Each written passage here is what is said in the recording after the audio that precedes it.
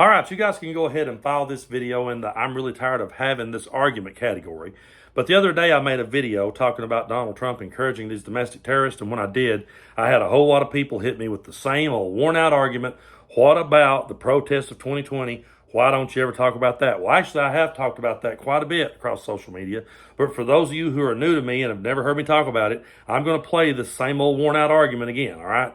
I figure since I played in cover bands for over 20 years, playing Wagon Wheel 10,000 times, I can back up and make this argument for you one more time, because after all, it is becoming the wagon wheel of arguments. But here we go.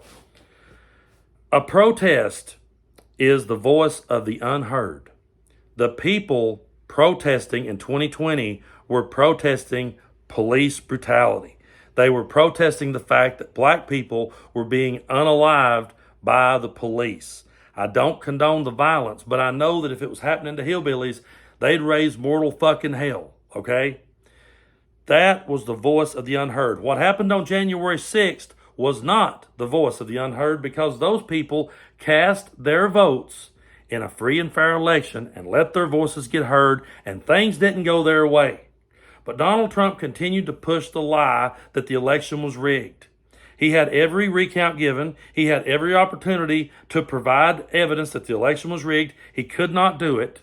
His own group of people, his own team said, it's time to concede, it's time to tap out, it's time to take your ball and go home. He would not listen. He kept pushing lies and misinformation until he incited a riot on our nation's capital.